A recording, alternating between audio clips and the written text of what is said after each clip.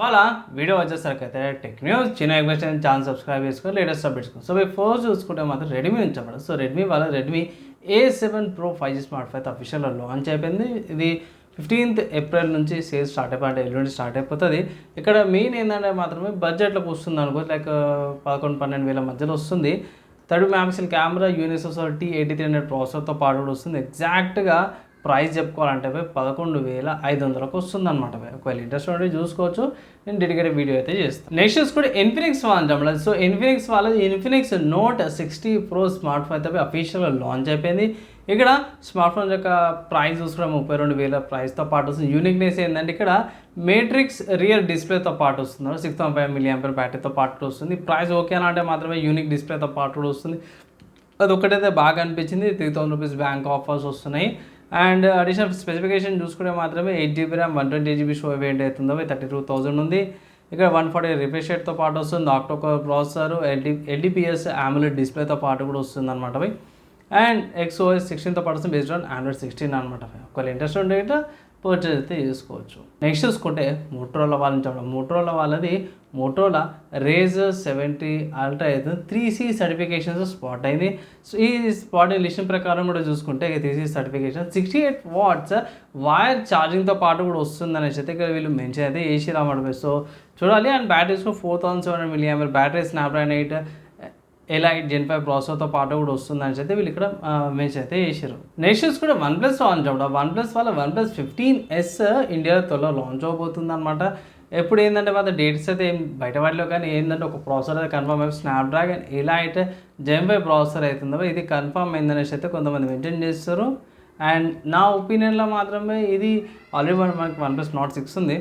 So దీనికి ఏం expect చేసుకోవచ్చు అంటే మాత్రమే పెద్దగా అయితే ఏమంటారు 6.3 inches డిస్ప్లే, 1.5K AMOLED డిస్ప్లేతో పాటు కూడా వస్తుంది అనేసి అయితే అంటారు. 7.5 mAh బ్యాటరీ ఉండే అవకాశాలు ఉన్నాయనేసి అయితే ఇక్కడ కొంతమంది అయితే అంచనాలు అయితే ఇస్తారు.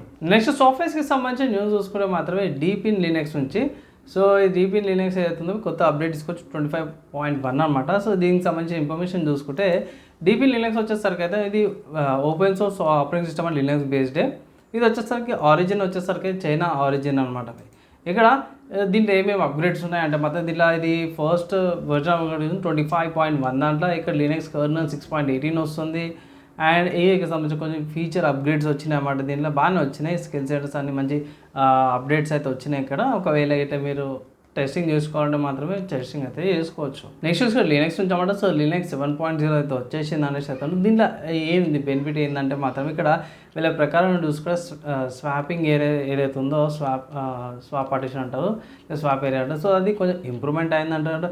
XFS రిపేర్స్ ఏవైతున్నాయో తీసుకొచ్చిరన్నమాట. ఇంకా additional Intel and AMD chipset drivers కదా ఇంకో ఆప్టిమైజేషన్తో పాటు కూడా వచ్చేసింది అంటారు.